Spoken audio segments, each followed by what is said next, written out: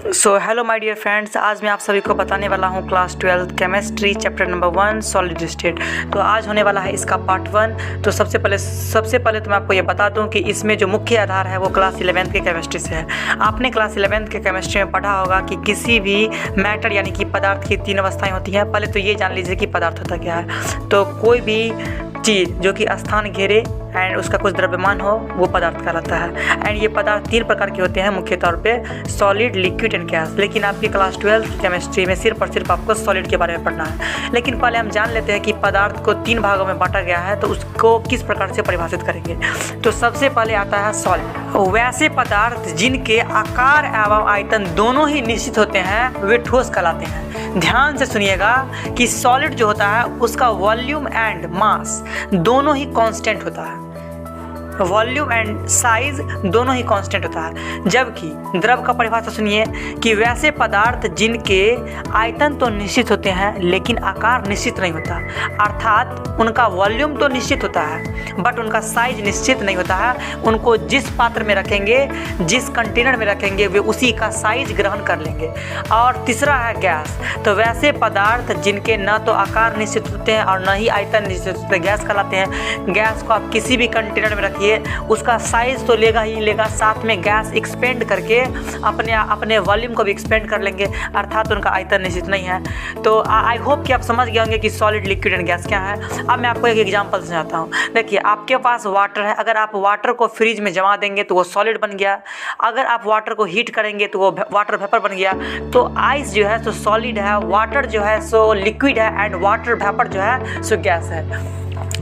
So I hope कि आप समझ गए होंगे कि सॉलिड, लिक्विड एंड गैस क्या है। अब हम लोग करने वाले हैं इनके गुणों में अंतर। तो चलिए शुरू करते हैं फिर। सो सबसे पहले आपके सामने है सॉलिड, फिर है लिक्विड एंड फिर है गैस। तो पहले मैं आपको एक सिंपल सा एग्जांपल देता हूँ। जैसे कि सॉलिड में है तो वो हो जाएगा आइस, अगर लिक्विड है तो वो हो जाएगा वाटर एंड अगर गैस है तो वो हो जाएगा वाटर वेपर। क्या हो जाएगा? Water vapour.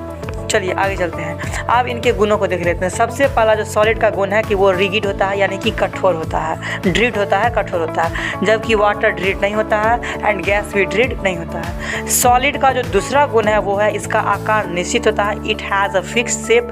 उसका आकृति क्या होता है? निश्चित होता है। जबकि वाटर का भी निश्चित नहीं होता है एंड गैस का भी निश्चित नहीं होता है। अब देखिए, सॉलिड का तीसरा गुण है कि इसका आयतन निश्चित होता है। द्रव का भी आयतन निश्चित होता है, लेकिन जो गैस होता है उसका आयतन निश्चित नहीं होता है। फिर चलिए सॉलिड का चौथा गुण देखते हैं। इसकी घनत्व उच्च होती है।